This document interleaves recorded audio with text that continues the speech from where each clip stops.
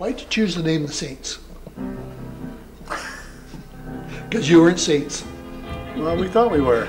We thought we were all pretty good, so we decided on the Saints, right? Yeah, and I think part of the influence back then was Bill Haley and the Comets. And one of their popular songs with the teenagers was the Saints, When the Saints Go Rockin' In. And so that became our theme song, and it became our name.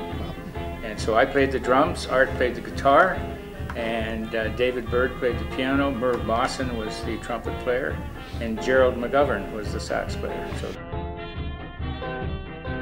Art and I driving down here today, I said to him, you know, Art, I wouldn't trade those years for anything. I think we were so lucky to just enter the rock and roll scene when we did, with the guys that we in the Saints and our high school friends, and it just turned out to be probably some of the best 4 or 5 years of your life. Oh, Ladysmith had, and I think Ximenes was included in it, the area, they had a teen town association back then, and so teenagers got together to just have a good time, and music and dancing turned out, for us, to be a way that we could provide some fun and entertainment. You're talking about it being clean-cut organization through Teen Town. That had to have an effect upon that generation. Pretty much, yeah. They had an interest. They had something to do. Yeah. They weren't just wandering around willy-nilly. They had a focus. Yeah. Because the dances were the key thing, and then they had things like Teen Town baseball teams and stuff. And the conventions and stuff like that, you know. So you all worked to that common goal, eh? 3 or 4 carloads of us left from Nanaimo, drove up for a Friday night and a Saturday night bash. They had a huge hall rented, and the place was just absolutely packed.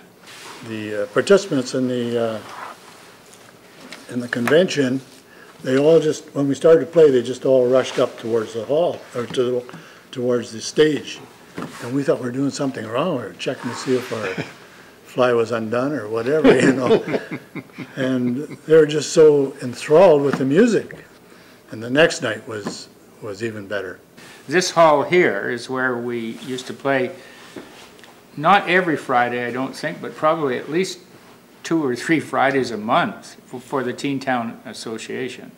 And always packed, always a full house. And I got to say, no trouble.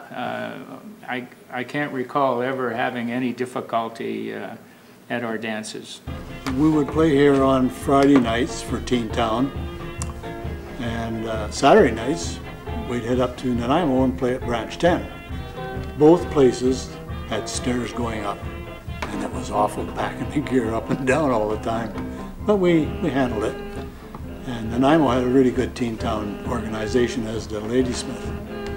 So we enjoyed our time there, but it was a little more rough crowd up there. We still have friends that we met from Nanaimo. Some of them married our friends, and you know, it was a great opportunity for us to branch out and, you know, get to be known a little further abroad with the Teen Town people in Nanaimo. This is how we got started. This guy here, Mervyn and David and I came to my parents' house in Saltaire, and we didn't have a piano. I think I mentioned this before, but I had an accordion. I was taking accordion lessons at that time by correspondence. So I said to Dave, well, let's have a practice at my house. And he says, you've got a piano? And I said, nope, but I have an accordion.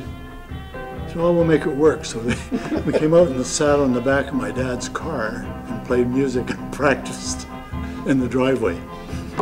Yeah, no, I think I told you at the beginning I wouldn't change those years for anything.